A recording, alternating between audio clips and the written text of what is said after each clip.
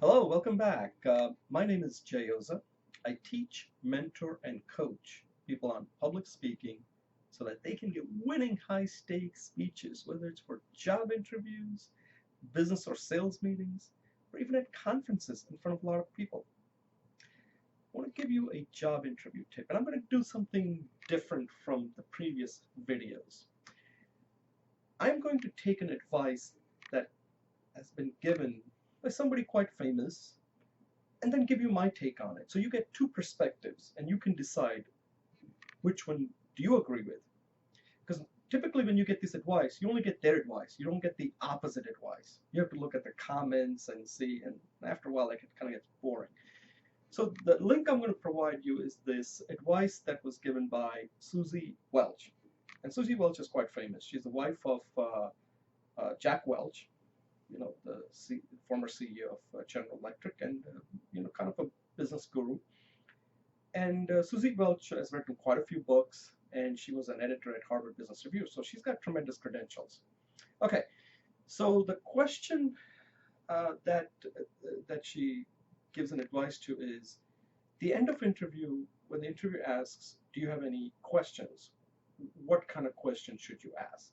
And she goes through, like, you don't ask about salary, you don't ask about things that are obvious. She said focus on about the future, about a particular industry, so that you show that you have some insight that makes you qualified for the job, that shows that you have depth, that you've done your homework. Okay, I don't disagree with that, but I think that should come up during the interview, that you're showing your depth and insight as you're answering questions. You're injecting that stuff to show that you have deep insight about the industry, about the future, and all that. And that's why you're there, right? That's why you're interviewing. I covered this in a previous video, that when you're getting at the end of it, you want to know whether you're going to get the job, whether you're moving to the next step. So the questions that I ask, or I recommend, the advice that I give to people that I coach, and to anybody who's watching this, is that you're focusing on the job. Forget about the industry in the future. Okay, that's all there.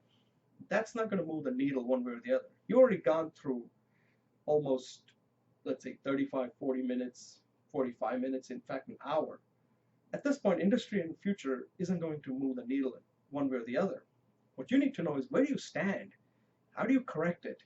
This is the last chance you're going to get to change your impression of you.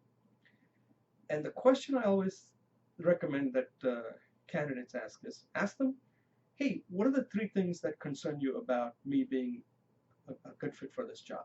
Three things. Start with three. And the person will answer that. Don't argue.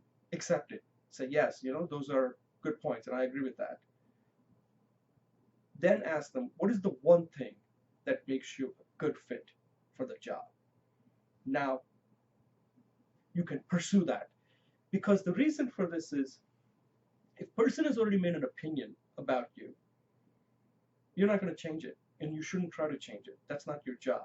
They already have an opinion. You want to focus on what they think that's positive of you, and that's what you focus on. Like, oh, you are good at taking initiative, and then you ask, why? How is that important in your job? And how does that fit into your culture? Things like that.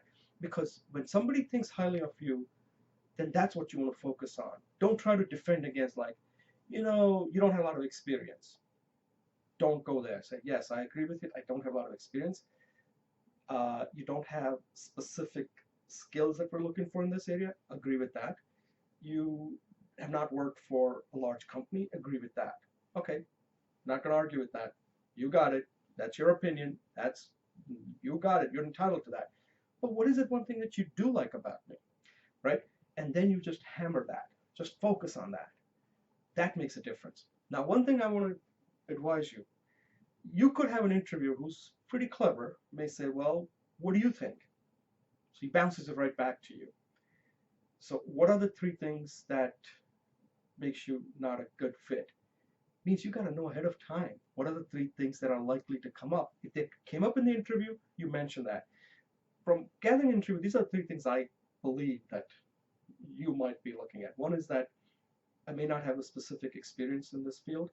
I may not have worked for a large company. That are these correct? So if they ask you, bounce it back. If you say these are what I think, but I may not be wrong, you tell me, and the person says yes. Then you say, well, what is that one thing? The person will, what do you think? You can say, well, I think that based on my curiosity, I can get the job done. Is that what you're looking for? So be careful. Anytime you ask a question like that, you got to be ready for it. Like, what do you think? You tell me. You've talked to me for an hour, and you got to be ready to answer that.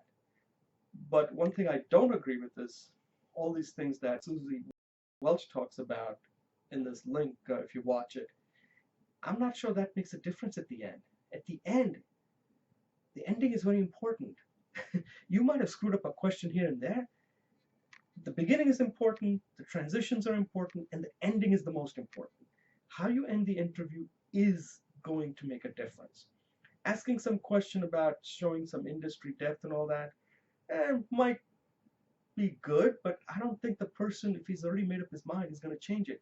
Now, he's made up a mind on things that he likes and things he doesn't like, and he's kind of weighing it. Oh, I don't like this, but I do like this one thing. You only like one thing. Only focus on that one thing, not three things you like about you. Only one thing. Because if there are three things, then you don't know what the stacking is on which one is important. When you say one, that is the most important. So what they think that makes you not fit, that could be three. But when it's thing that's positive, that only has to be one. And then you just go deep into that. And that I do know makes a difference. I hope this is clear. So the last question is very important. You can't ask a fluff question, and you can't ask a question that's too deep into the weeds. You got to ask a question on where do you stand regarding the job. That's what you're there for. You're not there to talk shop about, what the future is. What good is that? You can read up an article. She mentions in the thing like, oh, I read an article in this. Nobody cares. Read an article? Okay, yeah, you should be reading an article if you're really passionate about this industry. You're there to get a job offer. You got to know this is the last chance you have to change somebody's opinion, to make the positive stand out over the negative. And if you lose that opportunity, that's it. You're not going to get it back. So try that. That is how you should focus on it. So I just wanted to kind of draw some distinction between advice that I'm giving you based on my personal experience and the coaching that I do.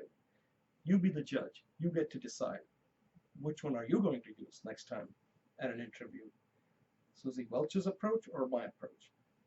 That's why I wanted to give you two approaches so you get to decide. Okay, if you have any questions, comments, suggestions, ideas, or even criticism, let me know. Thank you for watching as always, and good luck with your next interview.